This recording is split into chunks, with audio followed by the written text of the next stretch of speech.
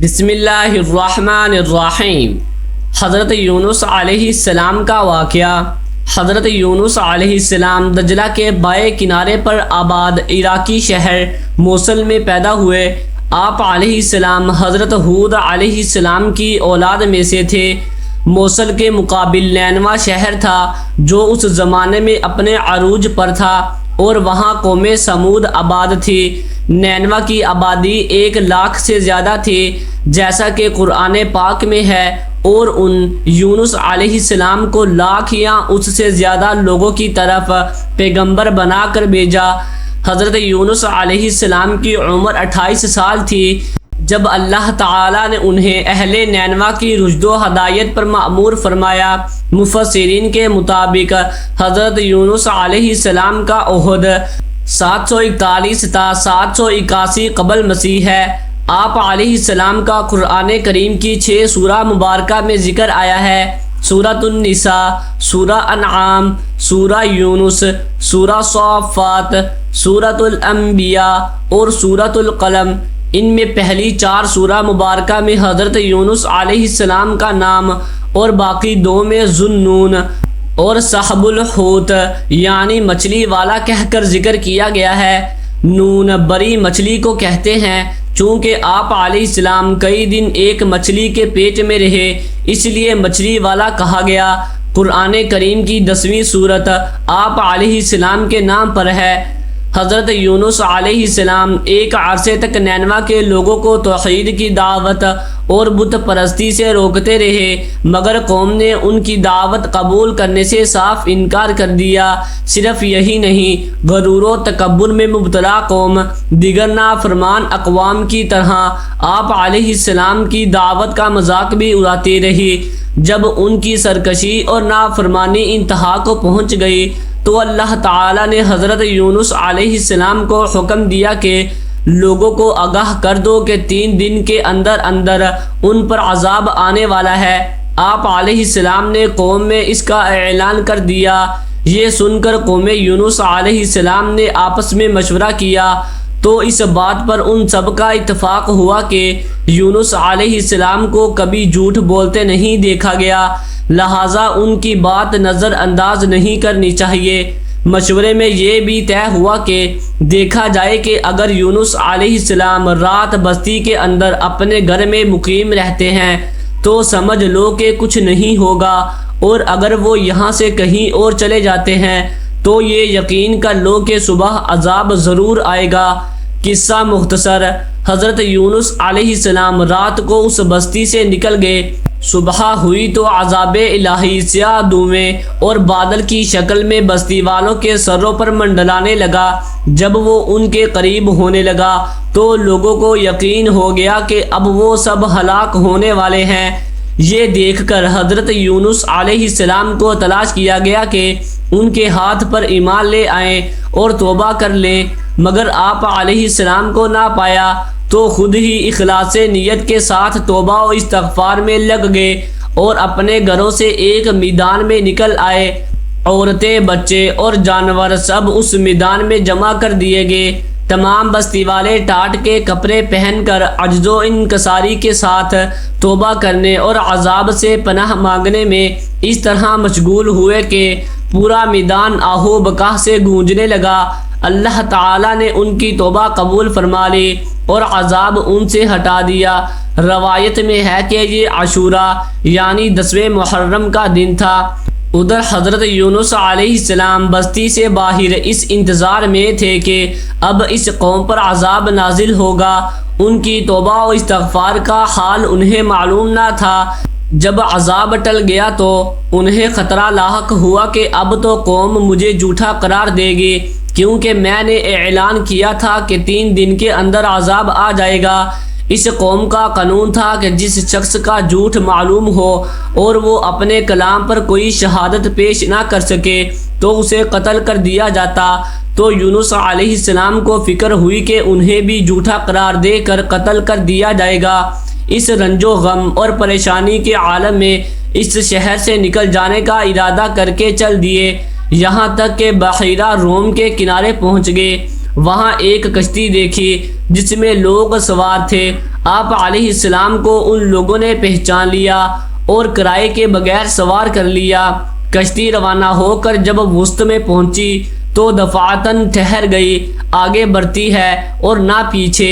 کشتی والوں نے منادی کی کہ ہماری اس کشتی میں کوئی ظالم، گناہ گار یا باغا ہوا غلام سوار ہو جاتا ہے تو یہ کشتی خود بخود رک جاتی ہے۔ ایسے آدمی کو چاہیے کہ خود کو ظاہر کر دے تاکہ اس کی وجہ سے سب پر مصیبت نہ آ جائے۔ اس پر حضرت یونس علیہ السلام بول اٹھے کہ وہ باغا ہوا غلام گناہ گار میں ہی ہوں، کیونکہ اپنے شہر سے نکل کر کشتی میں سوار ہونا ایک طبعی خوف کی وجہ سے تھا، اللہ تعالیٰ کا حکم نہ تھا، اور اللہ تعالیٰ کے حکم کے بغیر یوں چلے آنے کو حضرت یونس علیہ السلام کی پیغمبرانہ شان نے ایک گناہ قرار دیا کہ پیغمبر کی کوئی نقل و حرکت بلا باذن اللہ یعنی اللہ کے حکم نہیں ہونی چاہیے تھی۔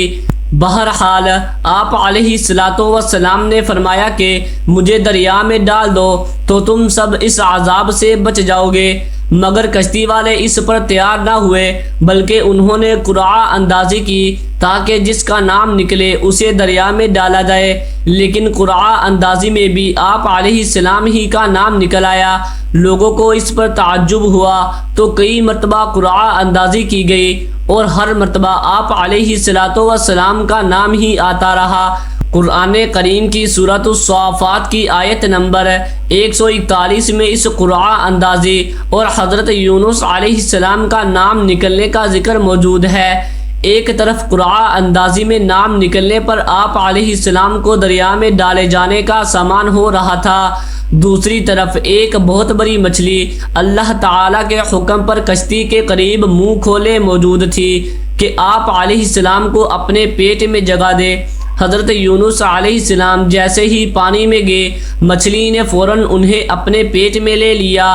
حضرت عبداللہ بن مسعود رضی اللہ تعالی عنہ نے فرمایا کہ حضرت یونس علیہ السلام اس مچھلی کے پیٹ میں 40 روز رہے، یہ انہیں زمین کی تہہ تک لے جاتی اور دور دراز کی مسافتوں میں پھراتی رہی۔ بعض افراد نے 7، بعض نے 5 دن اور کئی ایک نے مچھلی کے پیٹ میں رہنے کی مدت چند گھنٹے لکھی ہے۔ حقیقت حال تو اللہ تعالیٰ ہی کو معلوم ہے۔ اس حالت میں حضرت یونس علیہ السلام نے دعا کی، لا الہ الا انت سبحانک انی کنت من الظالمین، تو اللہ تعالیٰ نے دعا قبول فرمائی اور مچھلی نے آپ علیہ السلام کو بالکل صحیح سالم حالت میں کنارے پر ڈال دیا۔ مچھلی کے پیٹ کی گرمی سے ان کے بدن پر کوئی بال نہ رہا تھا۔ اللہ تعالیٰ نے ان کے قریب ایک درخت اگا دیا جس کے پتوں کا سایہ آپ علیہ السلام کے لیے راحت کا سبب بن گیا۔ نیز ایک جنگلی بکری اللہ تعالیٰ کے حکم سے صبح و شام آپ علیہ السلام کے پاس آ کھڑی ہوتی اور آپ علیہ السلام اس کا دودھ پی لیتے۔ اس قصے کے جتنے اجزاء قرآن پاک میں مذکور ہیں یا احادیث مبارکہ سے ثابت ہیں وہ تو یقینی ہے، باقی اجزاء محض تاریخی روایات پر مشتمل ہیں جن پر کسی شرعی مسئلے کا مدار نہیں رکھا جا سکتا۔ حضرت ابو ہریرہ رضی اللہ تعالی عنہ سے منقول ہے کہ رسول اکرم صلی اللہ تعالی علیہ وسلم نے فرمایا، جب اللہ تعالی نے حضرت یونس علیہ السلام کو مچھلی کے پیٹ میں قید کرنے کا ارادہ فرمایا تو مچھلی کو حکم دیا، ان کو لے لو لیکن ان کے گوشت پر تیرا تصرف نہیں، کیونکہ یہ تیری غذا نہیں ہے۔ جب مچھلی آپ علیہ السلام کو لے کر سمندر کی انتہائی نچلی سطح میں پہنچی تو آپ علیہ السلام نے کچھ آہٹیں سنی۔ اس پر اللہ تعالی نے وحی فرمائی، یہ سمندری جانوروں کی تسبیح ہے۔ اس موقع پر حضرت یونس علیہ السلام نے بھی تسبیح کی۔ جب فرشتوں نے آپ علیہ السلام کی تسبیح سنی تو بارگاہ خداوندی میں عرض کرنے لگے، اے ہمارے پروردگار، ہم ایک نحیف اور کمزور سی آواز کسی اجنبی زمین سے سن رہے ہیں۔ اللہ تعالی نے فرمایا، یہ میرا بندہ یونس علیہ السلام ہے۔ فرشتوں نے عرض کیا، وہ تو نیک بندے ہیں اور ان کی طرف سے ہر شب و روز آپ کے پاس نیک عمل پہنچتا ہے۔ اللہ تعالیٰ نے فرمایا ہاں یہ میری بہت اچھی تسبیح کرتے ہیں۔ پھر فرشتوں نے اللہ کے حضور حضرت یونس علیہ السلام کی سفارش کی تو اللہ تعالیٰ نے مچھلی کو حکم دیا اور اس نے آپ علیہ السلام کو سمندر کے کنارے ڈال دیا۔ قرآن کریم میں ارشاد باری تعالیٰ ہے کہ پھر ہم نے ان کو جبکہ وہ بیمار تھے فراخ میدان میں ڈال دیا اور ان پر ایک بیلدار درخت اگا دیا۔ آپ علیہ السلام کا بدن مچھلی کے پیٹ میں رہنے سے انتہائی لاغر اور کمزور ہو چکا تھا۔ ابن مسعود رضی اللہ تعالی عنہ فرماتے ہیں کہ آپ علیہ السلام ایسے ہو گئے تھے جیسے چوزا جس پر ابھی پر بھی نہ آئے ہوں۔ ابن عباس رضی اللہ تعالی عنہ اور زید رضی اللہ تعالی عنہ فرماتے ہیں کہ جب بچہ پیدا ہوتا ہے اس وقت کے بچے کی طرح آپ علیہ السلام کی حالت تھی اور بالکل دھنی ہوئی روئی کی طرح نرم و نازک تھے اور بدن پر کچھ نہ تھا۔ روایت میں ہے کہ جب آپ علیہ السلام مچھلی کے پیٹ میں ٹھہر گئے تو گمان کیا کہ شاید وفات پا گئے ہیں۔ اس پر آپ علیہ السلام نے اپنے اعضاء کو جنبش دی تو ان میں حرکت ہوئی تو فوراً سجدہ ریز ہو گئے اور بارگاہ رب العزت میں عرض کیا اے پروردگار میں تیرے لیے ایسی جگہ مسجد سجدہ گاہ بناتا ہوں جہاں کسی دوسرے نے تیری عبادت نہ کی ہوگی۔ قرآن پاک میں اللہ تعالیٰ کا ارشاد ہے پھر اگر وہ اللہ کی پاکی بیان نہ کرتے تو لوگوں کے اٹھائے جانے کے دن تک اس کے مچھلی کے پیٹ میں ہی رہتے۔ تفسیر ابن جریر میں حضرت سعد بن مالک رضی اللہ تعالی عنہ سے مروی ہے کہ انہوں نے نبی اکرم صلی اللہ تعالی علیہ وسلم کو فرماتے ہوئے سنا اللہ کو اس نام سے پکارا جائے تو دعا قبول ہوتی ہے اور جو مانگا جائے اللہ عطا فرماتے ہیں۔ یعنی حضرت یونس علیہ السلام کی دعا کے ساتھ راوی کہتے ہیں کہ میں نے استفسار کیا یا رسول اللہ صلی اللہ تعالی علیہ وسلم یہ حضرت یونس علیہ السلام کے لیے خاص ہیں یا تمام مسلمانوں کے لیے ہیں؟ آپ صلی اللہ تعالی علیہ وسلم نے فرمایا یہ حضرت یونس علیہ السلام کے لیے خاص ہے اور مؤمنین کے لیے عام۔ جب بھی وہ اس کے ساتھ دعا کرے کیا تم نے اللہ کے فرمان کو نہیں سنا؟ پھر یونس علیہ السلام نے اپنے رب کو تاریکیوں میں پکارا لا الہ الا انت سبحانک انی کنت من الظالمین، تیرے سوا کوئی معبود نہیں، تو پاک ہے، بے شک میں ہی قصوروار ہوں۔ تو ہم نے اس کی دعا قبول کی اور اس کو غم سے نجات دی اور ہم مؤمنین کو اس طرح نجات دیتے ہیں۔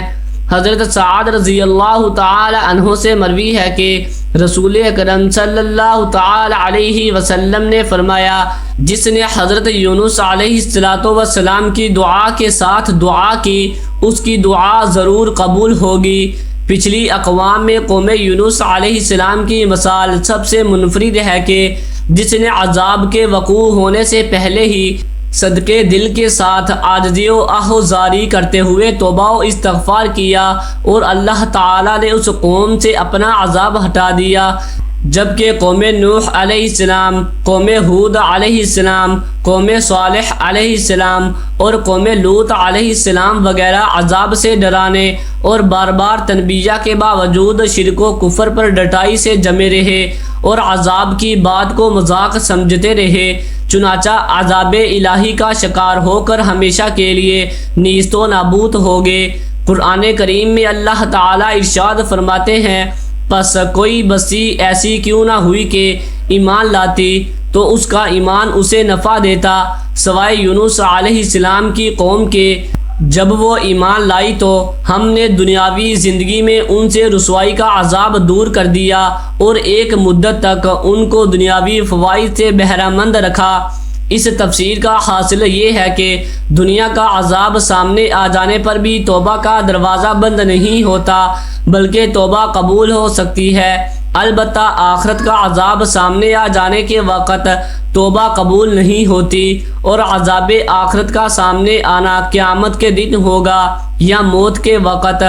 جامعہ ترمذی کی حدیث ہے کہ حضور نبی کریم صلی اللہ تعالی علیہ وسلم نے فرمایا اللہ تعالی بندے کی توبہ قبول فرماتے رہتے ہیں جب تک وہ گرگرا کی حالت میں نہ پہنچ جائے۔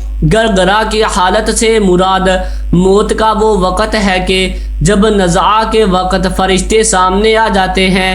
اس وقت دنیا کی زندگی ختم ہو کر آخرت کے احکام شروع ہو جاتے ہیں، اس لیے اس وقت کا کوئی عمل قابل قبول نہیں۔ امید ہے کہ آپ کو ویڈیو اچھی لگی ہوگی۔ ویڈیو اچھی لگی ہے تو ویڈیو کو لائک ضرور کر دیں اور چینل کو بھی سبسکرائب کر دیں تاکہ اس طرح کی انفارمیٹیو ویڈیوز آپ کے پاس بر وقت پہنچتی رہیں۔ شکریہ۔